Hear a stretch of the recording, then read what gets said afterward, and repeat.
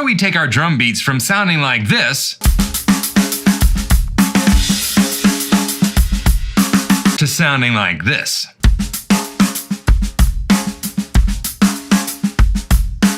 In this lesson, I'm going to show you how to take your drum beats from no to pro in just 3 moves.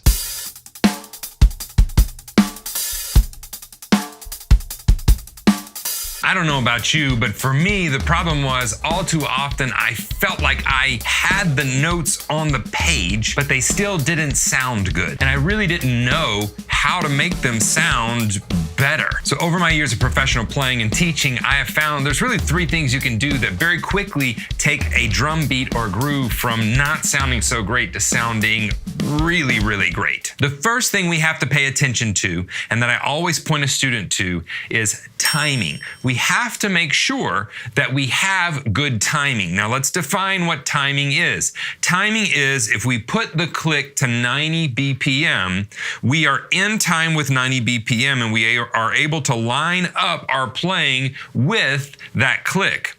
What it is not is whenever we are dropping beats, so all of a sudden we drop a beat and we don't really know it. We're in 4/4 time, we play 1 bar of 3/4, or maybe 1 bar of 3.5, 4, and then we move on. Another area with timing can be you are in time, and this is where I see most of my students have the problems. You're in time, but you're not, you're like kind of sort of there. You're just kind of slipping and sliding from every beat. And as the beat passes, you speed up to get to the next one or you slow back to, and so it's this constant push and pull of tension within the timing of the beat. We want to be able to line ourselves up with that click and be able to play to that. Does that mean we need to become a human metronome? No, we are humans. We have a certain vibe and feel and our heart beats at a certain rate. Like we're not a perfect machine, but timing is something that can be worked on and it's something that can be improved. And as soon as we improve the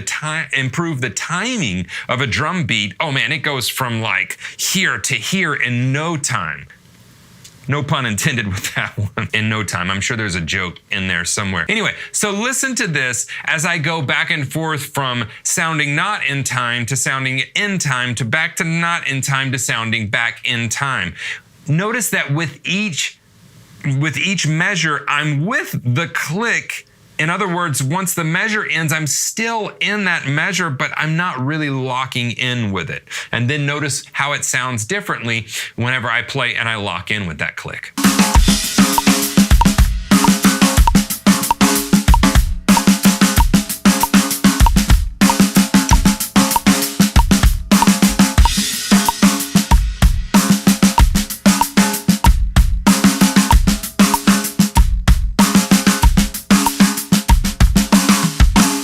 All 3 of these things I'm talking about are part of what I call the big 7. There's 7 large components that we can work on really in any exercise. So the second thing that we can look at whenever we have a drum beat or a pattern or a groove that's just not quite sounding there is our articulation. Articulation is the treatment of each individual notes. It's different than dynamics, although it can be related to dynamics. If we're playing a note harder than the one before it, or we're ghosting a note, that is a dynamic level, but that can also be pieced off into a separate category called articulation, and that is the treatment of each individual note. How am I hitting the drum? How am I hitting the cymbal? Am I buzzing it? Am I diddling it? Am I ghosting it? Am I accenting it? Am I rim shotting that? Like, how are we treating each note within the pattern? All too often we just see a pattern and we just start playing that. And what we need to do is we need to dig into the drum beats and the drum grooves themselves, and we need to find out who is the star of this groove.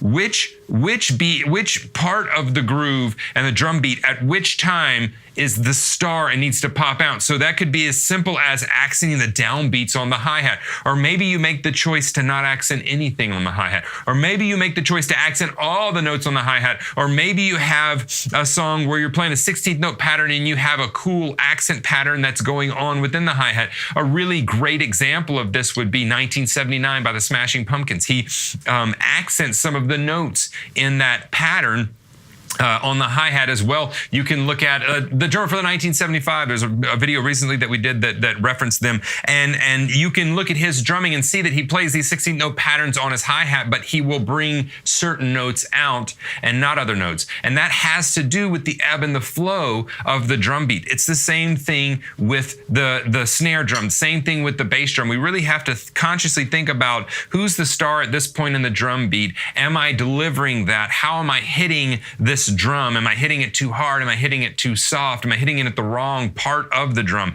If we can adjust that, again, it will take our drum beats and drum grooves so much farther from sounding like we don't quite know what we're doing to sounding like, oh man, I want to play with that drummer. Now, I'm going to give you some examples of this. And what I'm going to do is I'm going to start changing the articulation of different parts of this drum beat and see how it morphs as I change the articulation and the treatment of each individual note.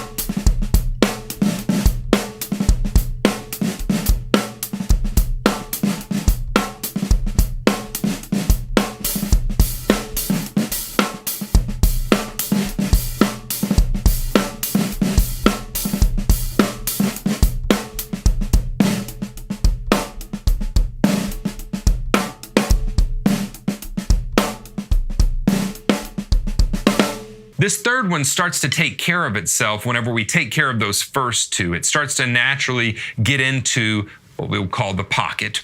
It starts to groove. We as drummers want what we play to feel good. We want it to be danceable at some. We want people to make stank face to it. Like we want it to feel good.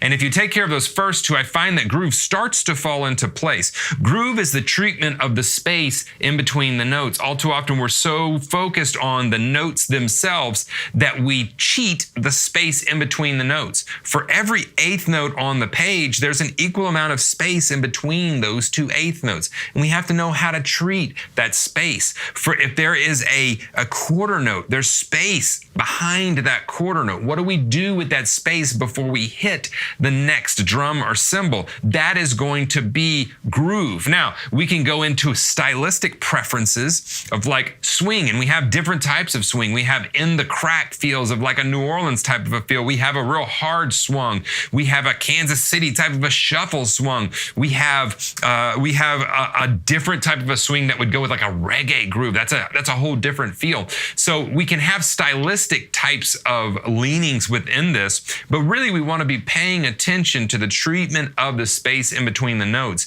And this all has to do with how does the drum beat feel? And to me, we start to get ourselves there if we take care of the timing and smooth that out. And we take care of the articulation of the notes. At that point, we're so deep into this drum beat that groove begins to take care of itself. And then we just need to really focus on, okay, do I want to play kind of on top of the beat so this has more energy? I want to play kind of behind the beat so this is kind of a little bit behind, has a little bit of a draggy feel. Do I want to play right on the beat? Do I want to play with a swing? Do I want...